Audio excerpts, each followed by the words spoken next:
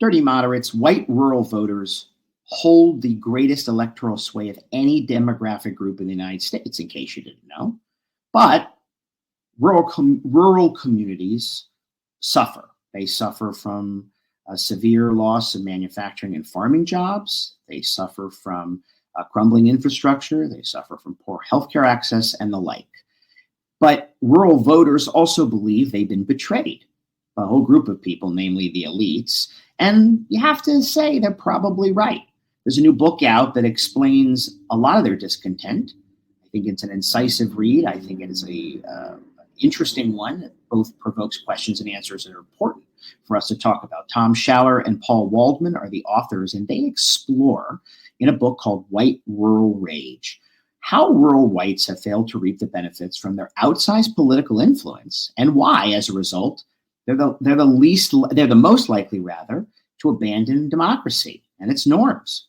A lot of this rage is stoked by politicians, mainly on the right, and by conservative media, of course. And that poses, they argue, an existential threat to the United States. I'm excited to share my conversation with Tom and Paul and their book, White Rural Rage.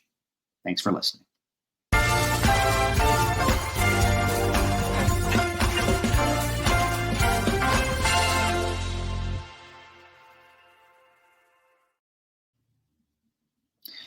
Hi, Paul. Hi, Tom. Welcome back to the welcome to the program. Not welcome back. Sorry, been a long day. How are you guys? Good. How are you? Good. So before we start anything, because I'm really curious to sort of go back to the beginning. One of the things, and I love to read people's books because of all types, because they're so fascinating in how they do their research. When you talk about a rural person, just specifically a rural voter, someone from a rural area, you use the term rural, that's the book's title. What does it mean to be rural before we go into anything else? Because I think the rural-urban divide can be confusing for people on the most basic level. It is. I mean, this is a big problem, Adam. There's no one set definition. The government doesn't agree on what rural is. You can use RUCA codes. You can use county codes. You can use zip codes. But even if you knew where every single American, say, gets her mail and the address that she uses to file her taxes, you would still have an imperfect and inspecific measure of rurality, or for that matter, urbanity. And why is that? Because many people who grow up in a rural area maybe went to a rural college in their home state, but moved to the big city to go to law school or med school or to take a job. They retain their rural consciousness, even though their zip code where they file their taxes and get their mail may be Manhattan or downtown Philadelphia or LA. And so your consciousness, it's kind of a cliche that you can take the boy out of the country, but you can't take the country out of the boy. That's effectively true. And there are people who live in urban zip codes who retain a high rural consciousness, and vice versa. A person who might have been born and raised and lived their entire life on the west side of Manhattan, but retires to upstate New York, to a rural zip code in a rurally designated county based on whatever federal agency, and there's like 13 different federal agency definitions of rurality, so the government doesn't even agree. That person is obviously going to have an urban identity, even though technically they are, quote unquote, a rural citizen now. Right. Paul, do you want to weigh in here? Yeah, and one other thing to understand, I think, is that even though every place is unique in some ways, there are a lot of commonalities to the rural experience today. Commonalities in the kind of ethos that is prevailing in a particular place, ideas about people's position in relation to the rest of the country, what their values are, the kind of culture that they are immersed in, how they think about themselves in relation to cities and to politics. And there are some people who have argued that there has been a kind of homogenization of rural places that you get even down to a kind of common Southern inflected accent that you can hear people use even far, far away from the South, that there's a certain kind of common rural culture, a lot of which is very much puts itself in opposition to cities and feels a kind of resentment. And that's a word that gets often used. It's used by a lot of scholars of rural politics, talk about rural resentment, the idea that other people are getting more than they are, that they're overlooked, that they're demeaned. That is a very powerful idea that you can find in rural places almost anywhere in the country. Right. It's interesting, when I was reading your book, being a longtime student of politics, I remember the 2000 election, bring this up for a reason, when George W. Bush's first election. And it was really the first time, kind of in mainstream media, I used to hear I was introduced to the term ex-urban. Okay, not that it didn't exist before, but it was like, remember when soccer moms in the 90s became a term? And I was like, what's a soccer mom? I mean, now we kind of know, maybe it's the independent pro-choice mother. I don't know. But when I first started hearing that term, it was a new term to me, because it was said that George W. Bush, and I think this speaks to your book, because you even mentioned Bush in it, as sort of an early progenitor of like rural rage. George W. Bush spoke to a kind of rural or ex-urban sensibility, right? Beyond the suburbs, the smaller town, maybe it's not entirely, maybe it's not one traffic light, but it's one Walmart. Things are heavily localized. It could be a farming town, whatever. And he related to those people. And I remember thinking, wow, that's unusual to hear this kind of geographic divide, because the parties, for a long time, though they went through lots of transformations and swapped ideologies, Democrat and Republican, often had balance in their party, right? We had longtime New England Rockefeller Republicans, liberal Republicans. We had segregationist Southern Democrats, as much as I may not have liked them. The parties sort of had to speak, right, to the issues based on where their constituents were, and all that has changed, and I don't know if it's only changed in 20 years. Can you sort of address that? Because I think that party and regional divide, I think, is a lot more important than even just the strict ideological ones. Sure. I mean, on the ex-urban phenomena, if you think about it historically, it's kind of second stage white flight, right? Whites moved out of cities into the suburbs, what we now call the inner suburbs.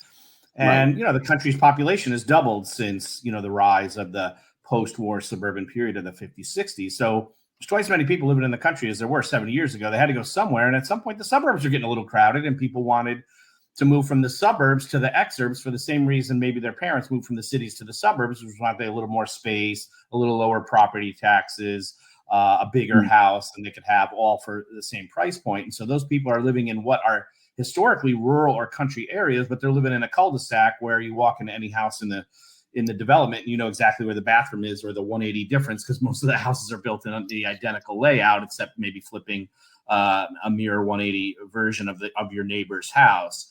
And so the exurbs attracted a lot of people, not exclusively white people, but mostly white people. So I think of Frederick County in Maryland, where I teach, Adam. That county was carried by Joe Biden for the first time by a Democrat since 1964. And if you had gone to Frederick County even 20 years ago, it was a pretty sparsely populated county. It was considered part of Western Maryland. But now you have significant swaths of people who live in Frederick County who commute to either D.C. or to Baltimore, and there's massive traffic jams out on Route 270 and I-70 to get from Baltimore or D.C. out to Frederick. And, Frederick City is as liberal as Brooklyn in the downtown areas. You got tattoo shops and kids working at custom cupcake shops. It looks like any kind of area you'd see in downtown D.C. or downtown Baltimore. So Frederick County has got a developing suburban and ex-urban footprint, but who's moving there? A lot of blue people, blue Democrats are moving there. And so what was once a rural county, just say a quarter century ago, is increasingly a blue county by the growth of the suburbs and the exurbs. Right. To your point of how there is a certain unpredictable makeup, even, or how rural regions come about, right? Because that's a very interesting phenomenon. Paul, do you want to say something? Or we? Oh, sorry. I want to set up Paul for something, because a few people have said to us, and Paul sort of writes about this very strongly in the book, is that rurality increasingly is becoming a notion. It's becoming a nostalgia for a type of America, regardless of physical geography or population density. But Paul has some powerful thoughts on this. Sure. Yeah, and it's true that geography, even though there are some places now that have changed. So the suburbs used to be pretty strongly Republican. Those kind of stockbroker types or whatever who are working in the city and were more conservative, but maybe not not so much the sort of evangelical conservatives. Maybe there's that kind of Rockefeller Republican, like you mentioned. Today, the suburbs are where the real action is, where things are very closely contested. They're changing rapidly. If you go to places like Houston, Atlanta, the suburbs that ring the cities, that's where the real competition is. But it's also true at the same time that there has been this kind of geographical sorting. And now people are very aware of what sort of political ideas dominate in particular places. Now, it used to be, if you go back 30, 40 years, Republicans would usually win rural areas, for example, but not by very much, maybe just by a few points. It was pretty close. Today, that gap has just grown larger and larger and larger, especially since 2000. And so people are very well aware of this. And you see this phenomenon that really started a couple of decades ago of people saying, I'm going to move someplace where I'm with more of the people who are like me. And so urban areas become more Democratic, rural areas become more Republican. And it's kind of a self-perpetuating cycle as people want to be in a community that is full of people like them. And, there was one when we were reporting from the book, one of the places we went was the Hill Country in Texas, in a town called Llano. We talked to one woman who was the head of the local Tea Party who had moved there not long ago from Seattle. I think she worked for Microsoft or Amazon, one of those. Or maybe it was Facebook. I can't remember. She lived in Seattle. She was working for some tech company, but she moved to work remotely from Llano, Texas. And she said a lot of people are coming here. And we asked why. And her answer was one word: freedom. And what she really meant was, like, there are people like me here who believe the things I do. And that's why I left this place where there were people who were not like me in Seattle. And I came here because there are more of my kind of people here. That's just one story, but I think it's indicative of a larger phenomenon. You spend time in your book about West Virginia, which is such an interesting test case to my point. West Virginia in 2000 was the beginning of West Virginia no longer being a reliably Democratic state. Bill Clinton carried it twice. Mike Dukakis carried it in 88. Carter carried it after losing 44 states to Reagan in 80. I mean, it was, a blue collar state run by Democrats in a rural region that shifted because of coal and other reasons. You talk about it, to the sort of rural side of things. And I think that's a really interesting discussion, because after the 2016 election, I saw one of the most fascinating things I've ever seen. And I urge you to watch it. I would love to watch it again. I'm sure it's on YouTube. Chris Hayes on MSNBC had a town hall with Bernie Sanders. They might have been in Wheeling or Harper's Ferry. I can't remember. And it was all about how did Trump win, and a lot of the stuff that I think your book answers with a lot more sophistication and nuance. Not everybody's rural and it all happened. It's not quite as simple as that, to your point. But everyone who spoke up, and this is sort of like a shout out to your book without them knowing it. This is 8 years ago. It was they were teachers and they were nurses. They were not toothless hicks. Everybody, I don't know the degree of their education, but they sounded pretty reasonable. And they said they would have voted for Bernie, but they didn't like Hillary, but they spoke about being left behind. And they spoke about the condescension. And they said, we aren't against the idea of leveling the playing field in regions that we've been struggling in for a long time. But how you talk about it, what you want to do about it, is a very fascinating thing. It was a really wonderful town hall, maybe the best I've seen, free of diatribes and polemics and stupidity. And it was eye-opening, because everything they said they wanted, they didn't think that the Democrats as a whole were speaking to, which goes to another point in your book. I know it's a long-winded question I'm going to here, is that, as you point out correctly, in the suburbs, and that's where these 30 counties are going to determine the presidential election, many of them are now suburban. The McCain-Romney vote, you can call them the Lincoln Project vote, all these moderates who would not be voting for Joe Biden. I promise you, I'm not a Democrat, I'm not a Republican, but none of these people voting for Joe Biden if Donald Trump was not the nominee. They'd be voting for a Haley, they'd be all of them, DeSantis, any of them. But, we're in a crisis now, so what choice do many people feel that they have? My point in saying this is that I think there was a theme in that town hall, and I know that you have attempted to lay it out, where the Democrats have become the college-educated party, and less about who's snooty and who's condescending. That's hard to measure. Who knows why people, the cities hate look down on the rural regions and vice versa, whatever. But it's the idea that, the trade deals, okay, really bothered them. Manufacturing was hollowed out, and that is true. I mean, I've always been a free trader, particularly because I'm sort of conservative on that, but that has been bad for many of those communities. Hence, I think why Biden's doing some more tariffs, why he's continuing some Trump's tariffs, and I think there's a very fair argument that is not xenophobic that says that mass immigration suppresses working class wages. My point of saying this is that these were not things that national Democrats really have been talking about, and not Bill Clinton, but I'm talking about Hillary on really discuss, maybe Joe Biden to a certain extent. So it's a fascinating thing because I think your diagnosis is correct.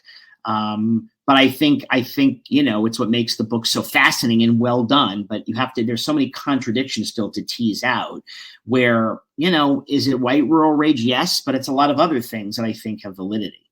How do you guys answer that? I know it's long-winded, but I got to get it all in. Well, I can start. Sure. It's absolutely true that people in rural areas have a lot of legitimate grievances. We don't argue in the book that they aren't suffering. We have a whole chapter. The second chapter of the book is about rural problems in rural areas. They have, less economic opportunity, less access to healthcare. As you say, a lot of the manufacturing base is gone and is not ever coming back. We're not going to be making T-shirts in the United States when, you can hire somebody in Bangladesh to do it for $2 a day. It's just not going to happen. And so they have lots and lots of problems. One other thing I would mention is out-migration, or people call brain drain. That was something that people brought up to us every single place we went, whether it was people in coal country in West Virginia, people on a Navajo reservation in Arizona, people in the hill country in Texas, in a majority Black area of the Albemarle region, North Carolina. Everyone talked about the fact that it's hard to keep smart, ambitious young people in their communities because they finish high school and they look around and they say, there aren't any jobs here for me. I don't want to go work at the dollar store. And so I'm going to go to the city. This is a problem for rural areas everywhere. And so there are a lot of legitimate reasons why they have to feel upset, to feel like they are missing out, that there is this kind of dramatic new technology and what are sometimes called superstar cities, places like Austin and San Francisco and San Jose that are reaping most of the benefits of the dramatic changes in the last couple of decades. And so you have people there who were kind of primed for a candidate who would come along and say, yes, you should be mad. Let's kind of marinate in that anger. Now, Donald Trump, he made them a lot of very specific promises. He said, I'm going to bring all the jobs back from Mexico and China. And when he went to West Virginia, he said, we're going to bring all the coal jobs back. And he didn't do any of that. He didn't bring the manufacturing jobs back. You're right that there has been this reversal on free trade, but in effect, it's kind of too late. The damage has already been done from that. You had a situation for a long time where both parties were supportive of free trade. And now the Republican Party is emphatically in support of tariffs. And now Joe Biden is in support of tariffs too. He left a lot of Trump's tariffs in place and he's planning some more. But when it comes to a lot of those factory jobs that you could do with just a high school education, most of them are gone. People are trying to come up with new kind of jobs for the 21st century that are similar and provide a similar kind of economic security. But for a lot of people, it's not going to happen. And so you have all these legitimate grievances. And even though Trump said that he was going to bring these jobs back, he didn't do it, but they still supported him. And that's one of the things that is at the heart of our book, that he went from 61% or 62% support from rural whites in 2016 to 71% in 2020, even though he didn't fulfill those promises. So he was giving them something else. And what he was giving them was kind of permission to really cultivate those resentments, to feel angry in a way that, Hillary Clinton was not going to tell them to feel angry. He came and he said that you should be mad. Let's be mad together. I'm going to be a weapon. I'm going to target all the people that you hate. And now as he runs in 2024, what has he said? I will be your retribution. Well, think about that, what that word really means. if retribution doesn't bring back your jobs, it doesn't create a better future for your children. It just means that you're going to make somebody else suffer the way you feel you suffered. And that's what he's offering them. And for some people, that's enough. Yeah. And can I just add something, like, how legitimate, though, if I can just actually disagree a little bit with Paul, because we have argued about this. If you look at the NAFTA vote, a higher percentage of Republicans voted for NAFTA in the House than the Democrats. By the way, it was a Republican idea. Bill Clinton put it. It didn't come from Bill Clinton. Right. So if they're mad about protectionism and they're mad about NAFTA and they're mad about, declining wages, they should be rushing to the party that's supporting a minimum wage and even a living wage, and a party that's historically closer to and more supportive of unions, and the party that historically has voted for NAFTA at lower rates. That party is the same party in every case, the Democratic Party, but they didn't, right? And so they've directed their anger. Their anger is legitimate, but did they direct the anger legitimately at where it deserves to be? And we essentially argue that in many cases, they're not. They're directing their anger about cultural resentments, because Republicans would rather talk about that, because the Republican Party and the conservative movement is closer to rural whites on choice or abortion. They are closer to them on border issues. They are closer on, to update it more currently post-NAFTA, on trans rights and pronouns and Black Lives Matters and CRT and BLM and DEI, everything that they, Chris Rufo and his, mustache twisting buddies at the Heritage Foundation have dreamed up as the boogeyman of the week. So if they're really, really upset about the economic disembowelment of rural America and the movement of jobs abroad, with the exception of the argument about immigrants coming here to take their jobs, which, by the way, they're taking jobs that rural white people don't want to take. They're taking meatpacking jobs in the meatpacking triangle on the Kansas-Oklahoma border, right? It's not Paul Waldman and Tom Schaller who wrote a book about how shiftless white men who only work 15 or 20 hours a week are unaware of their own laziness. That would be Senator J.D. Vance, Republican conservative senator from red-tilting Ohio, who aspires to be a vice president under Donald Trump, a guy he once criticized but has now backtracked on. We didn't say white people are foolish and stupid and gullible and hayseeds and lazy. That was J.D. Vance, their great champion. So at some level, they're right, as Paul said, to believe that maybe both parties have become neoliberal parties, but you'll hear a lot more criticism of the neoliberalism of the Democratic Party than you will of the rank and file, hardcore, globalized capitalism that the Republicans have been peddling for 70 years. It's like the Republicans are worse, but they get a free pass because they're expected to be worse than the Democrats are. The Democrats are always held to a higher standard. The Democrats are always expected to solve rural white problems in a way that Republicans are never called upon to solve the problems of urbanites and particularly urban minorities. It's a complete double standard here, and it's unfortunate. And frankly, from Tom Vilsack, the two-time agricultural secretary on down, Democrats traffic in this dual standard, blaming the Democrats for everything that happens in an area of America that votes for them at the lowest rates, rural white America, and never blaming Republicans who talk about problems of crime and homelessness and poverty in cities, but never do anything to solve it. In fact, they don't want to solve it. They want to run on it, just like they want to not solve the border. They want to run on it, just like they don't really want to solve late-stage capitalism problems. They want to run on it. Right. Yeah. I mean, I think a few things. I think that, and I hear it all the time, it doesn't need to, it doesn't contradict what you're saying at all. The Republicans are assholes, but the Democrats are condescending. And to the point of, I don't mind being, as someone in politics taught me this years ago, I don't mind being used. I mind being discarded. And I only say this to say, this is just a sidebar, as you know, no matter how much data you can muster, politics is irrational. It's emotional. And people do things for different reasons. Everything is not as logical as, well, yeah, because of this, we're going to do this. It just doesn't work that way. And how people react to a candidate, I've always argued that Hillary's loss had as much to do with her gender as it did with the fact that people really had not liked her for a very long time. I voted for her.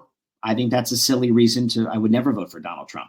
But people just viscerally didn't like her. You could come up with 17 different things, That's part of politics. To be more specific to your point, which I think is very true, is I think if I had any criticism, which comes at it from in a meaningful way of the Democrats, is I do think that both parties have, which really deeply affects a lot of what you're talking about.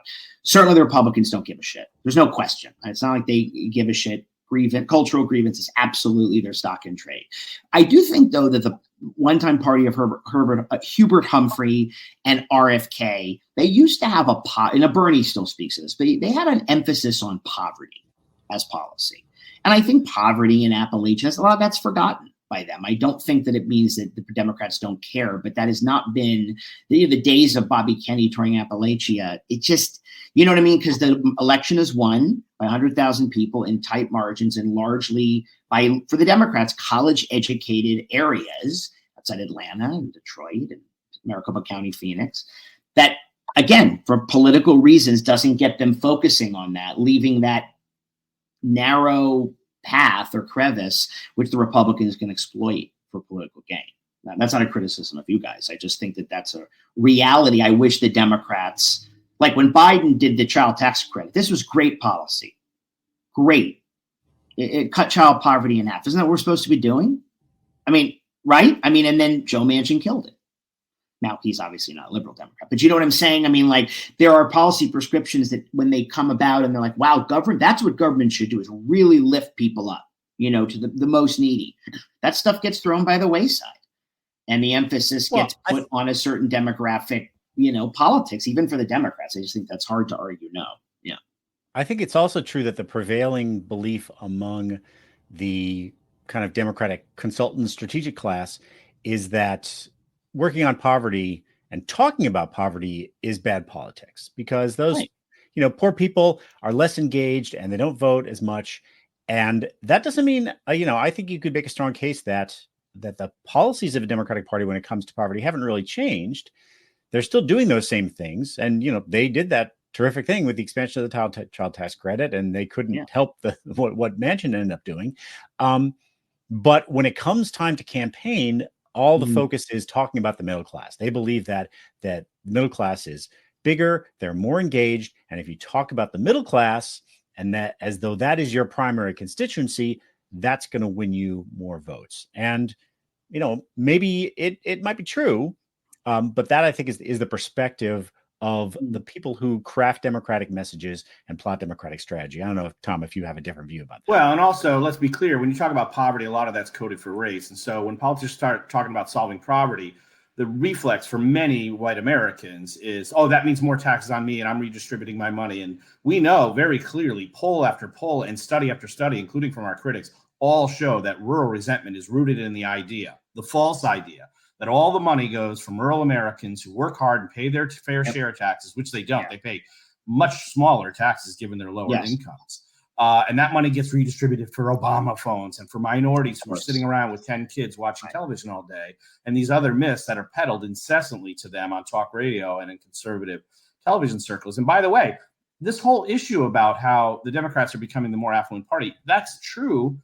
But that's really a conversation, as you know, Adam, that is circumscribed by whiteness, right? Democrats and Hillary Clinton, whether it's Joe Biden or Hillary Clinton, they still win a majority of votes of people who make under 50,000 household median income and under 100,000, because that includes all the non-whites. It's only when you just look at whites are the Democrats becoming the party that's more of the college-educated and affluent and the condescending.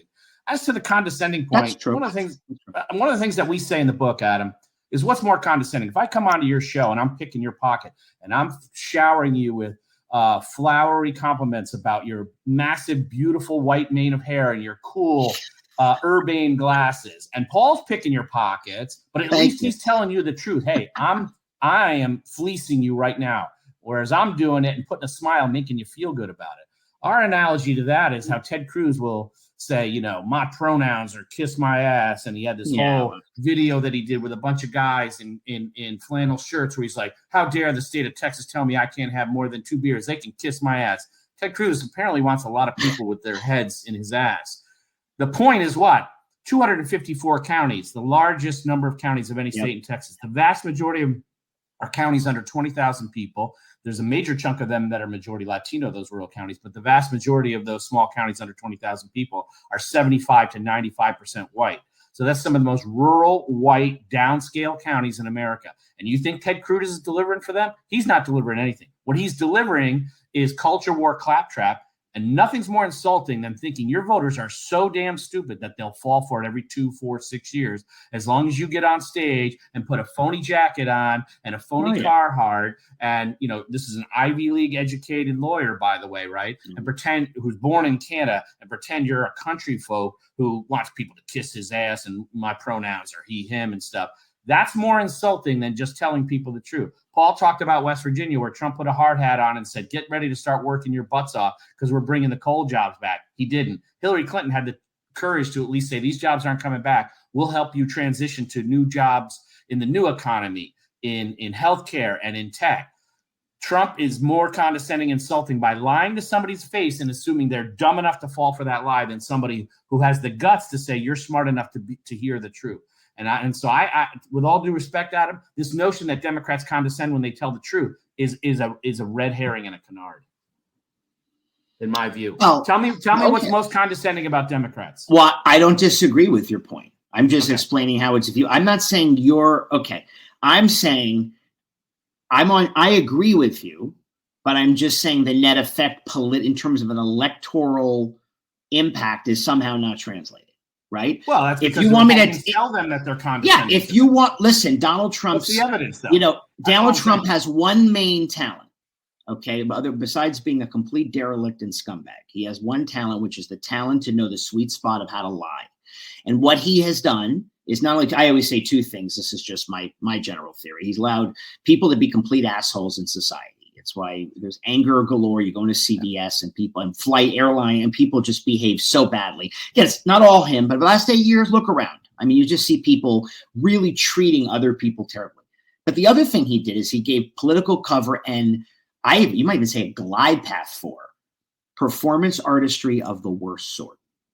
Ted Cruz's jacket, right? Marjorie Taylor Greene refusing to call Anthony Fauci a doctor. I mean, it's just, and getting applause for it. And Matt Gaetz discussing at a hearing this morning, about, and the lawfare coming out. And, it's like, hey, man, the same DOJ that you're accusing of hating Trump handled Biden's classified documents case and brought federal charges against his son. Imagine if Trump was president and there were charges brought against Donald Trump Jr. You think he would just stay out of it like the DOJ is supposed to? Come on, man. You know what I'm saying? It's all performance based. That being said, I think there are the Sherrod Browns, to use the antagonist to J.D. Brown in Ohio, who's a great guy. He's got that rattly voice. He doesn't have Urbane glasses like I do. It's kind of a rumpled suit.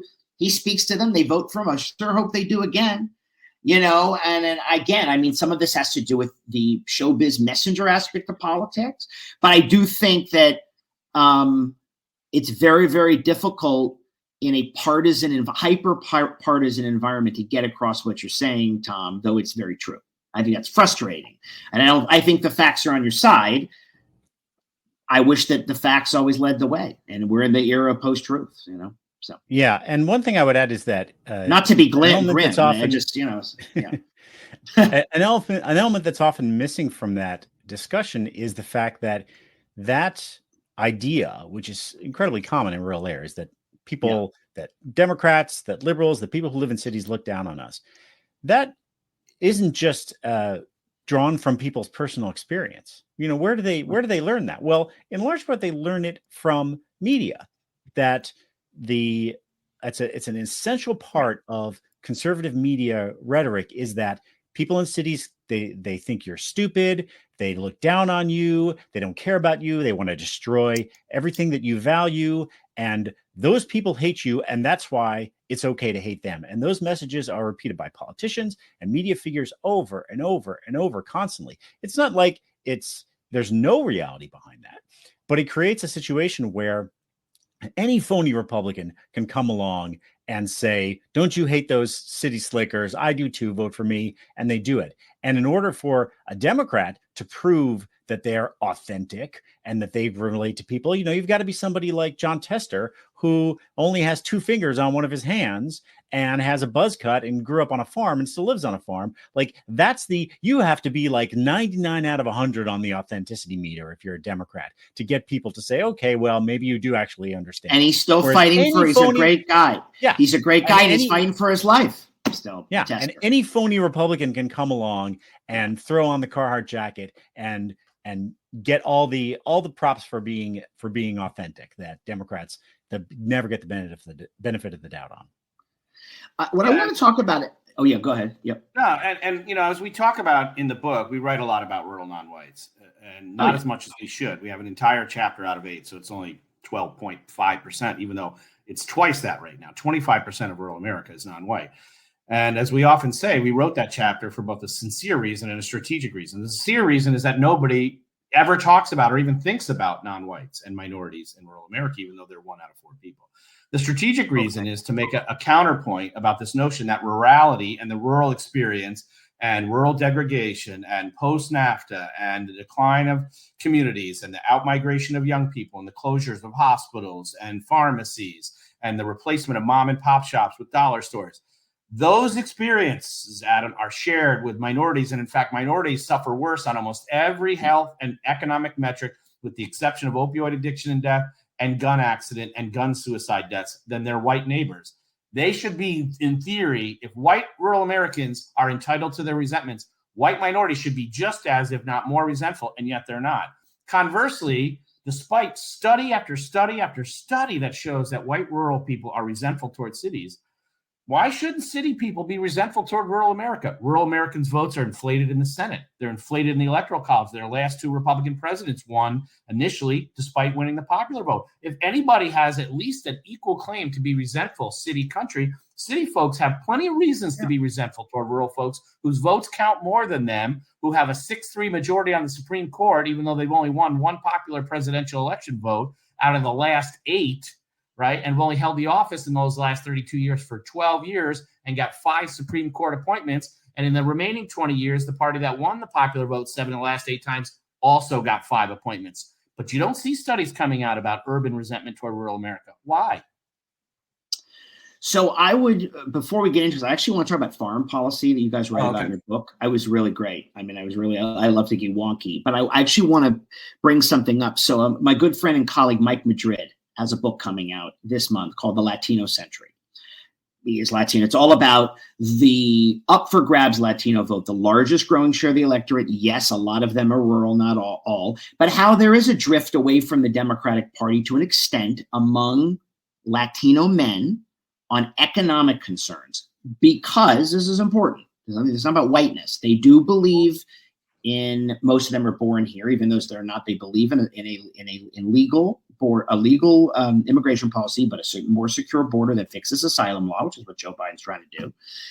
But they also actually are very put off by the Latinx, which nobody in the Latino community really uses. This is an invention of academics. I mean, when I went to Brown, some of the things I heard in school, I went to graduate school there. It's like, I don't know what people are talking about. I consider myself rather sophisticated. All this identity politics stuff, the pronoun stuff. I'm gay. I have no problem with it, but it can get a little overwrought. The Latino man who can't make it to Friday because they can't pay their heating bill doesn't have any interest in that and doesn't care about anything other than getting by, and actually is very patriotic. So I say that to say, I think that his book and your book will be good companion pieces, sort of an addendum. They'll tease out each other's tensions for what that's worth. I was going to say, so this is a new phenomenon that we haven't yet explored, because the Latino vote will hold more and more sway, but the Democrats aren't working for them. So for them, this is a large percentage of Latino men. So it's just worth noting. And they're not all rural, but many of them are, and they feel, hey, Trump's racist, so what? I'd rather have protectionism. And that's what they say. I mean, I'm just saying, that's not a deal breaker if you can't pay your rent. I'm not arguing that I'm for it. That's just where they stand. Well, I do consulting work for Barreto Segura Partners, formerly Latino Decisions. So I have experience in Latino polling and Latino focus group. And without, violating any proprietary information. I can assure you of a few things. First of all, you're dead right about Latinx. That is a label created by white people to describe a group. Can you imagine if white Americans said, we feel more comfortably calling you Afro-Americans again, and so we're just going to start calling you Afro-Americans, even though only 2 or 3% of Black Americans call themselves Afro? It's absurd. Right. I rarely hear the word Latinx out of the mouth of a Latino or a Latina. It's craziness. Right. So you're dead right about that. And yes, you're also right that Latinos who emigrated through the normal channels do harbor a certain anxiety and really antipathy toward people who are cutting the line, for lack of a better term, because they feel like, hey, I did they're like the person who waited in line and then somebody jumps in front with their car or cuts in front, at the airport or something, who cut the line. And there is an animosity felt there for people who did it the right way. Toward people who didn't do it the right way, even if they share a language, a culture, a religion, a God, and so forth. And so Trump is certainly appealing to those people and making headway with his anti-immigrant policies. But on the other hand, he's also talking about making it much, much harder for people to get here the legal way. And the Republican Party historically, going back to the 1986 Immigration Act, signed by Republican Ronald Reagan, passed through the Senate by Republican Majority Leader Bob Dole, significantly limited. They did allow people who had been here within and had gained citizenship, those 10 or 12 million to gain citizenship, but they didn't really provide a continuing path for higher immigration rates over the last 40 years. And that is what's catching up with us, a Republican passed bill. So you're right. I think it is going to be a Latino century. I think Latinos increasingly view themselves and define themselves as white in a country where 1 out of 7 marriages is mixed race. Many of them are literally married to what we traditionally call white people. And there's a long history of that. Paul's ancestors and my ancestors of Irish and Catholic and German and Jewish backgrounds were initially considered outsiders and too brown and not real Americans. And they gradually, or their children and grandchildren, became white in a way that they weren't considered 100 years ago. Ask Sacco and Vanzetti. Right. That's a great story. I'm half Italian American, so I know that Italian, half German American. They were considered Huns and the Irish dirty mix, and of course Jews were not considered culturally white. And so whiteness is a flexible category, and I think Latinos increasingly see themselves as a increasing number of them, I should say, see themselves as white. Yeah, no, I think that's a fair point. I mean, I think it's all interesting to look at. What I was curious about, because I don't think most people don't talk about this in the rural areas, farm policy. And I thought it was so great to have you get into the weeds. One of the things, now maybe it's said on a more local basis, but my God, you mentioned in the book, corporate wealth, people's notions of welfare. I mean, what's more corporate welfare than big agri? I mean, you know what I mean? That have hollowed out all these farms, that sort of reversed the New Deal policy and let all the big companies conglomerate around farm policy. I wanted you guys to talk about that in globalization. I think it's a really fascinating part of the book. Take the floor or whatever, because I just geek out and I don't hear, and actually don't hear, I'm not saying I don't hear the Democrat, I don't really hear the Republicans. Like, this is a huge thing that you would think, right? Tom, to make your earlier point, rural white America, and many of them are farmers. Isn't this a policy? Why are you supporting policies that hollow you out? Yeah, it's been a complete transformation. A lot of the kind of ideas of what rurality means are rooted in nostalgia, and a big part of that nostalgia is the family farm. For a significant part of American history, most Americans were farmers. And most lived in rural areas. The 1920 census was the first one where most Americans didn't live in rural areas. That was a data point I never knew till your book. 1920 is the last time we were considered a rural country. Yeah. And so now it's like less than 1% of Americans are farmers, but the farm still holds this kind of iconic status among rural people and among people who live elsewhere who think that that's what rural life is about. But the family farm has basically disappeared. Not only are there many, many fewer family farms, but even people who have family farms, a lot of them, maybe most of them, have jobs that are like regular jobs in town, and the farm is kind of a sidelight that they're doing. There's been more and more corporate consolidation, and you have, these enormous agribusiness companies. And, that's why one of the things that we say is that this is something that people lament, but, it wasn't immigrants or city dwellers or snooty elitists who killed the family farm. It was Cargill and ConAgra. And they did that in a lot of cases with the cooperation of political leaders, including the political leaders who represent rural areas. Right now, they're debating the Farm Bill in Congress, which is something they do. They're at every 5 years. It's this gigantic piece of legislation.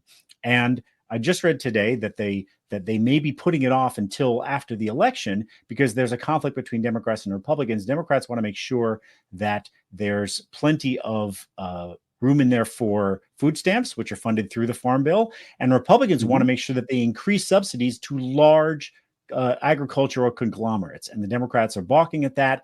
And so they're going to put it off until after the election, when, frankly, there's a very good chance that Republicans will take back the Senate. And if it's a good election for them and Trump is elected, then they may hold on to the House and they can do whatever they want. So this is something that is kind of runs through all the ideas about what rural life is like, even though, we're producing more food than we ever have, but it's all produced by these giant companies and not, mom and pop who are getting up at 4 a.m. to till their fields. Yeah. I mean, it's incredible how much, consolidation and oligopoly and near monopolization of, and not just food, but, Eric Schlosser was writing about this in Fast Food Nation 20 years ago about how, whether you look at soy or corn or potatoes or chicken or beef, you have 4 or 5 major producers who account for somewhere on the low end of 65% and on the high end of 90% of these markets. That's not capitalism, right? People are complaining in rural America about the rise of socialism, but when you look at their problems, it's late stage capitalism that oligopolized their industries and their commodities. It's late stage capitalism that drove out mom and pop shops and replaced them with dollar stores. It's late stage capitalism that closed their hospitals and pharmacies. We found some success stories in the hill country of Texas and in the Albemarle region and even out in Arizona. And in every case, it's because the rural hospital was part of a regional chain. And maybe the rural hospital was breaking even, probably operating in the red, but the chain was operating in the black, which is another way of saying the suburban and city hospitals in that chain are subsidizing and keeping the rural hospital open. I'd call that socialism, but rural people don't want to know about that socialism. And so the fact of the matter is that late stage capitalism created this inevitable. It started in 1920, but by 2020, it sort of reached its end stage. And rural America, it was essentially doomed in many respects a long time ago, regardless of which party was in charge, especially when both parties are relatively pro-capitalist and free market. And so, the people who complain about communism and socialism and how much they love free markets are often unaware of how much red in tooth and claw, late stage, raw, unfiltered, unchecked capitalism has led to their demise. Yeah. Also, in a lot of places, the only thing keeping people's heads above water is the government. I mean, in a lot of rural places, when you if there's no more factory, that there are 2 places that are the largest employers in almost any rural area you go to, and it's the local school district and the closest hospital. And the school district is the government, and the hospital is largely funded by money from the government. And you also have higher rates that people rely on government programs like Medicaid and Medicare and Social Security. And so then now people have a very complicated ideas about that, and they don't like the idea of independence and self-reliance is very much woven into rural identity. And so there's some resentment there that comes from the things that are even, keeping their families' heads above water. But they, on a per capita basis, rural people tend to be much more dependent on government than people in suburbs and cities. Yeah, it was like all the conservative states that didn't want to take the Medicare expansion under Obamacare, that resisted that, which was a huge, ridiculous thing, and that the opioid crisis and all this stuff. I mean, who do you think's bailing them out? In blue state, we pay more taxes in the blue states, and that covers it. But the other thing I was going to say about not understanding socialism is shows you how tribal our politics becomes. And so, for example, the Trump tariff policy, especially with like soybean and pork producers, was a disaster. Those tariffs were, but they were bailed out by the Agriculture Department. They were given a lifeline. He bought off his voters knowing he couldn't defend his policy. It's, again, I have my own issues with tariffs for various reasons. I would like to believe that even Biden's tariffs will be effective. I'm not so sure. But Trump certainly used the power of government to do that. But I actually heard you, Tom, I think it was, I don't remember which podcast it was on, because when I first heard about the book, I was listening to, that's how I learned about the book. And you guys were both talking about something that's great too, which I think needs to be discussed from a policy perspective, in terms of government, is the payroll tax. And the idea that the payroll tax, which of course funds Medicare and Social Security, Barack Obama, right, for a year had that in the original stimulus bill about suspending it. But by the way, that's so important because people were complaining about income taxes. I'd like to have a real conversation about how that tax, which is regressive because it just is, impacts working people. I thought that was it. I don't remember where I heard you say it because it's been a while, but it stuck with me because I thought these are the policy discussions we should be having. I don't care if you're on the red team and the blue team. Can we grow up? I mean, can we do something for people for a change? I mean, it's become such a default that whenever a politician says, I'm going to cut your taxes, they don't even, the media doesn't even ask which tax because it's assumed that it's the income tax, right? Yeah. Which is the most progressive of the taxes, right? Right. And should maintain its progressivity, but they're trying to get rid of it and flatten it out as much as possible. The payroll tax, as I like to say, Republicans say they're for hard work and low taxes, but they never want to lower the tax that's exclusively levied on hard work, the payroll tax, right? Because it's capped. I mean, not the Medicare portion anymore since Clinton took the cap off in '96. But I bet people don't know that Obama suspended it for a year. I bet they have no idea. I can tell you exactly how much Oprah and Michael Jordan and Elon Musk all paid in payroll taxes on the OADSI side, the Social Security side, because it's capped on whatever it is. It changes every year with inflation, but it's 151,000 cap. And then they don't pay it after that for the next 10 million or 100 million in income that they make. But we never talk about that. And the only president ever to lower this tax levied exclusively on work was Obamacare. He got it despite resistance from Republicans for a 1 year, a temporary tax reduction of 2%, I think it was. And then when he asked for an extension, they blocked it. So the party that says they're for low taxes and hard work blocked a tax reduction on hard work. True fact in 2010. It's just true. Yeah. But most Americans, frankly, I wrote a piece once for a magazine, which everybody on this podcast would recognize in terms of its national profile. And the editor said, what is the difference between the payroll tax and the income tax? And I was stunned that an editor making a pretty good salary and probably paying a significant chunk of that in payroll taxes didn't know the difference either. That's how simplified our and narrow and channeled our discussion of taxes. It's always about the income tax. It's never about all the other taxes or tax credits.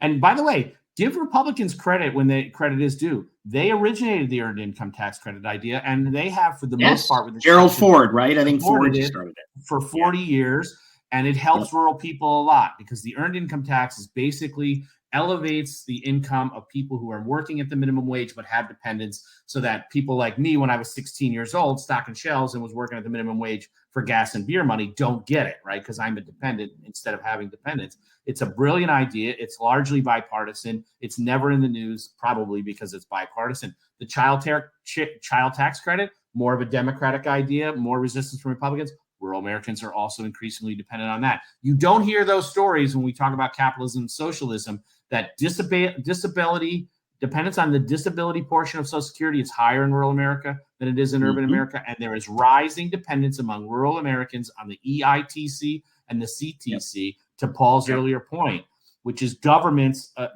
subsidies are flowing into rural America. And as Paul pointed out, oftentimes the number one employer in an entire county is the local community college, a state institution. It could be federal or state, but it's the government, a government-run hospital, a government-run school, K through 12, a 2-year college or a 4-year college is often the single biggest employer in what we think of as agricultural areas.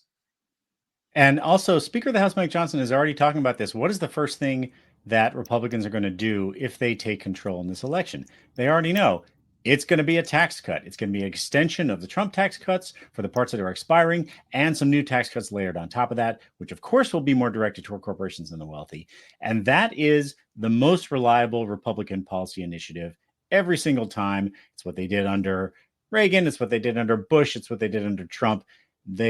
Everything else is contingent, and they might try to do it or they might not, depending on what the political situation is, but they always will absolutely positively pass a tax cut.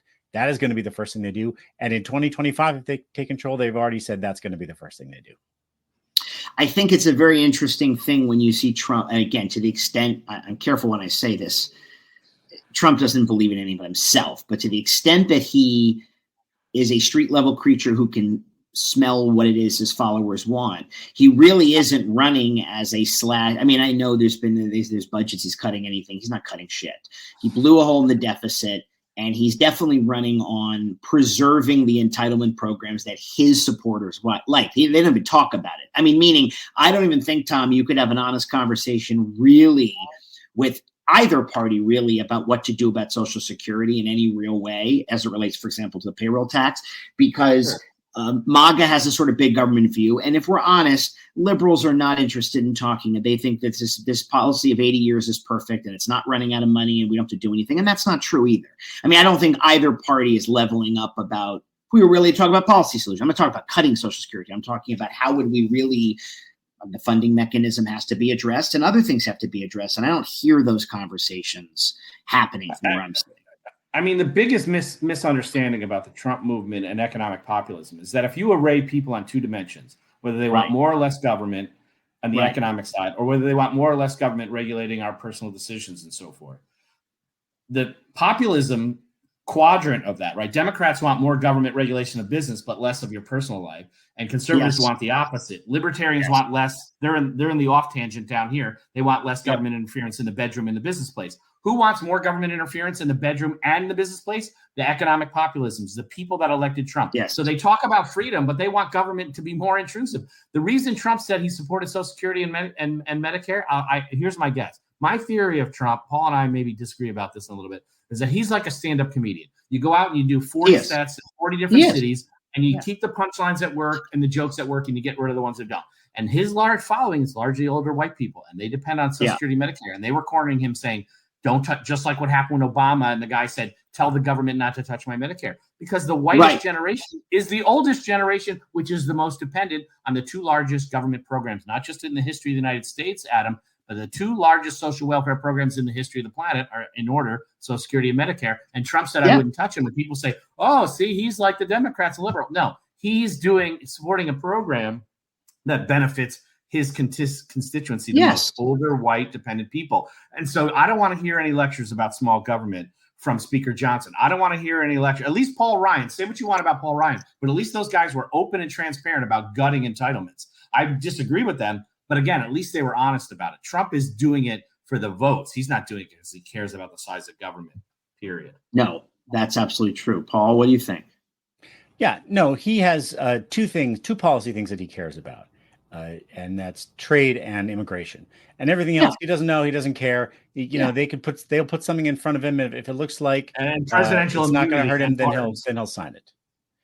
And presidential he cares about those two policies, obviously. Yes, but by the way, his constituents don't care, and people are neither sophisticated or interested enough to care. I mean, look at the verdict. Right? Trial by jury of your peers. Forget what you think about the case. I don't give a shit. Look at the reaction. Look at the reaction to almost half the country, which went apoplectic over a jury of his peers convicting him. And you would think this is, how could something happen? I'm not arguing that there isn't a case, but that's their argument. And why do they care? Are you talking about presidential immunity? You're right. Does anybody know what the Supreme Court was hypothesizing about this spring? I don't think so. When you heard, even though they were, legal counterfactual, some of the rhetoric they were using about, could someone assassinate their rival and it'd be okay? It's crazy talk. I don't think his supporters know that. I don't think the vast majority of people know that. I think it's incredibly out of their realm. I hate to say, not just rural people. I think people don't know, and I don't think people know how the government works. And I don't think, like your editor did, I don't think they get it. And I don't even know what the earning tax credit is. And so I think, which is why your book is so important, because it really, it gives a lot of the contours of it. And, and like you said, it's not, and I have read some people who've pushed back on you about, see, it's kind of like biting polemic. I don't think this is a biting polemic. I think it's an analysis of how people have been left behind and who's largely been responsible. And I think your thesis is largely true. I mean, what's the argument, right? I mean, I don't remember substantial rural policy among the Republican Party in the last 20, 30 years to help them. We do know there's grievances, and they've been very effective, whether it be patriotism or racism. That's been very tied in. I know that. How do you respond to some of the blowback that say that you're just reducing it to everybody's a racist, which you're not. But how do you respond to that?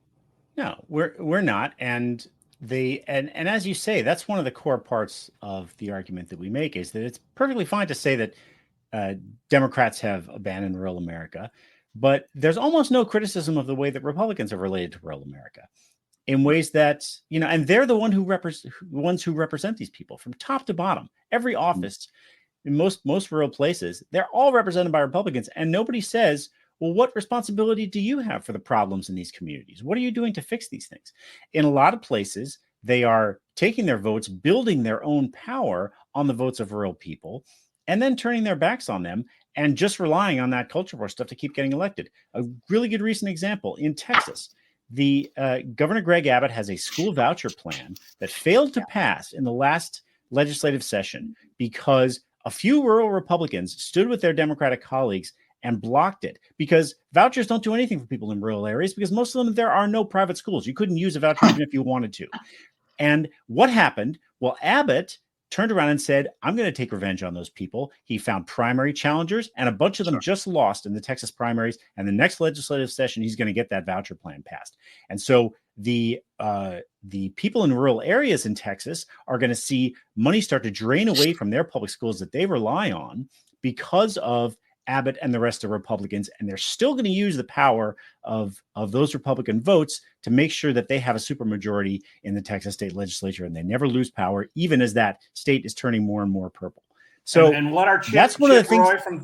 And what are Chip Roy from Texas and Ted Cruz, who we mentioned earlier, who's a senator from Texas? Are they going to come out and say, "Hey, this was a bad policy, and we're stripping out vital resources"? No, they're going to come back with the BLM, DEI, pronouns, and border fury to distract and anger people to not pay attention that, yet again, Republicans have failed to protect rural resources or to do anything. Donald Trump promised an infrastructure week, and I'll give him a pass during the COVID the last year. And it wasn't even a full year, but I'll call it a year. But there are 52 weeks a year. So he was 0 for 208 on infrastructure week over 4 years. And even if you give him the last 52, that means he was still 0 for 156 through his first 3 years. Biden got it done in 18 months. They're not delivering anything except for rage and anger. And then we're the guilty parties for pointing out that they're resentful and angry.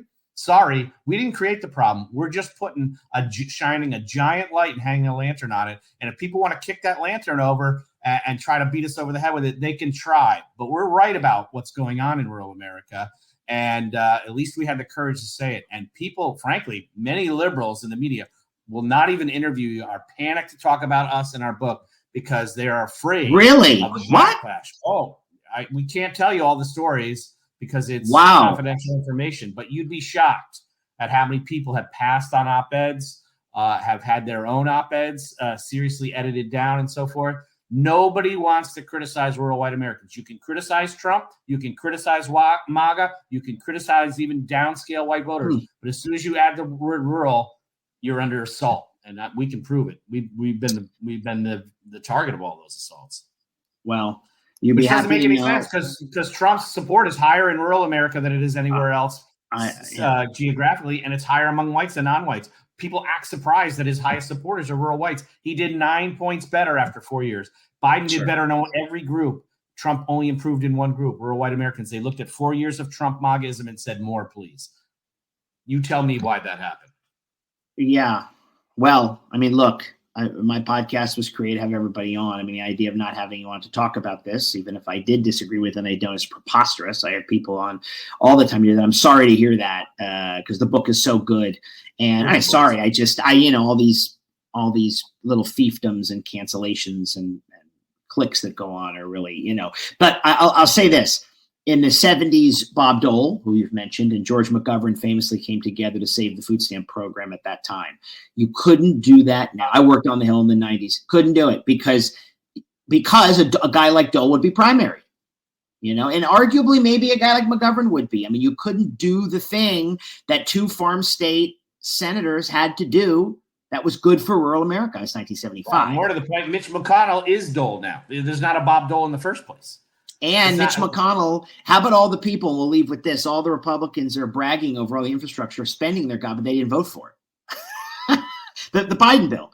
Now 19 Republican senators did, and I think 50 or 60 in the House did, but many who opposed it again, is socialism, communism, whatever the stupidity was, are bragging about the money that's coming to, Tampico or wherever the hell they are, I mean, the Republicans have created a perfect system. They pass policies that create literal pain for people and death and higher mortality rates and lower infant survival rates and lower maternal survival rates in red counties and red states. The pro-life party. They create a system that generates pain and poverty and suffering, and then they use resentments and redirect that anger at the wrong targets. It's a perfect system for them, and they're going to keep doing it until somebody stops them. Either or both of you leave us with this, because we didn't really say this, and it is key to the book, how all of this rural anger, frustration, and rage is a threat to democracy. Let's close on that. Explain that in a elevator pitch. When you say that, what does that mean? A threat to democracy. Now, I'm not talking about Trump himself. You say that all of this festering rage is a threat to democracy, an existential threat. I give you the floor. You want to take that one, Tom? Well, I mean, give Paul a chance to talk about how we get out of this after I tell you the nature of the problem. Sure. Yeah, the problem is that all that rage and resentment in a group that's overrepresented and has their votes inflated have enough to destroy our democracy. And when you look at support for violence and you look at support for trampling over the Constitution, when you look at support for anti-democratic norms, when you look at support for conspiracies that doubt the sanctity and security of our elections, it's highest in rural white America. And those people, if they were only 15% of the population, which they are, and they only had 15% or less of the electoral clout, but they don't. Their votes are inflated in the Electoral College. Their votes are inflated in the U.S. House of Representatives, and they're inflated in the Senate thanks to malapportionment. And so if they don't want to have a democracy, they have the power, rural white Americans. If they're, in a concerted effort, they can destroy our democracy. And once you vote it away, it's hard to vote it back. And Paul has some good ideas about how we can save rural America to save the democracy. And I'd rather end on a high note. I'm not trying to hijack your show, Adam, but if I could turn it over to Paul. We're not. The great thing is we're not on NBC on a time limit here. We can have long and little as you want. Go ahead. Well, the way we end the book is not with like a 10-point plan to revitalize rural America. It's by saying that rural Americans themselves have to create a movement that is multiracial and that can speak to both parties and make demands from both parties. And that's one thing that rural Americans don't have. They don't have an agenda, a set of demands that they can go to and say, this is what we need. Are you going to do it for us or not? And they're just essentially giving away their votes. And they're not at the table when the spoils are distributed. And so if you could create that movement, one of the things that we say is a lot of rural people say, well, I'm not going to vote for Democrats because I believe in that abortion is a sin, whatever else. My values align with the Republican Party. Okay, fine. Mm-hmm. If you're not going to vote for Democrats, at the very least, you should get yourself some better Republicans. You should say to the people who represent you, why aren't you solving these problems? Yeah, you agree with me on abortion. Okay, fine. But there's no jobs in our town. The hospital is 50 miles away. These are the problems that we confront every day. What are you doing about that? If they start to ask those questions, the Republican Party would change. The Democratic Party would see an opening and start to really try to court them. They could do something with the power that they have, but instead they're just giving it away. So that's why we advocate for a genuine, multiracial, cross-partisan rural movement. If they could do that, they could really start to see some change in the places where they are. And if I may plug the book to the listeners, and we have an audience of a variety of different people, I think one of the things your book also does well, and by the way, there's some great books that don't necessarily do this, you are diagnostic and prognostic. And that's not always the case. Sometimes people can outline a problem and say, I'm just diagnosing this, but I can't excise the tumor, or here I don't have any plans to deal with this, metastatic problem. You guys actually try to lay something out, and I appreciate that, because it's sort of like reading a book with this much information in it to absorb and to really ponder, and then go, what do we do? I don't know. I mean, I think you did. It's good. I mean, you give people something to at least consider policy-wise. Otherwise, we're in this cul-de-sac that we're in so much of our politics, where we feel like we can't get anything done and that we're sclerotic and at ground zero. Tom? Yes? Yes. I mean, I look, on the one hand, maybe Paul and I are fire and ice or good cop, bad cop. Like, I have a grim view of it. We wrote this book in part because we felt it was important to issue this warning before it's too late. Because you vote your democracy away, that's tricky to do, but it's much harder to vote it back in. But we tried to end the book. We did end the book on a high note, suggesting that there is a way out of here. And it's not about finger pointing and blaming. And it's a little bit about, as Paul pointed out, using your agency, your significant power to put real demands on the system and not just saying, you know what, we give up. So I'm happy to have a dictatorship, which, support for that is higher, guess where, right? Yes. And so we need a strong man. And here's a guy running around the country saying, Putin, he's got strong control. Orban, he's got strong control. He's signaling that he wants to destroy the world's oldest constitutional democracy. That's unacceptable to us, and it should be unacceptable to a larger swath of the country than, frankly, it is. And we find that very, very frightening and discouraging. Well, as a proud member of the Never Trumper movement, I am not a member of either political party, but I certainly believe that Trump always has been and continues to be the greatest threat to this country. And so your policy prescriptions are certainly more than a bulwark and part of this whole tapestry of those of us who know we got to solve this and we got to save it. The book is White Rural Rage, Tom Schaller, Paul Waldman, The Threat to American Democracy. Before you guys go, tell everybody where they can find you on the socials, if at all. I am at Paul Waldman on Blue Sky. I'm at Paul Waldman 1 on Twitter, which I don't really use anymore because of all the Nazis. But you can also find my Substack at paulwaldman.substack.com. And I write a weekly column for MSNBC and a weekly column for Heat Map, which is a terrific, relatively new news organization about climate change. Great. I wish I had that long list. I'm at Schaller67 on Twitter, and at present, I don't write a column. I used to write a column for the Baltimore Sun, so I'm looking for a home. Well, there you go. All right. Well, guys, thank you so much for your time. Thank you for your book. And to the audience, thank you. Dirty Moderates. Stay dirty, stay moderate, and stay safe.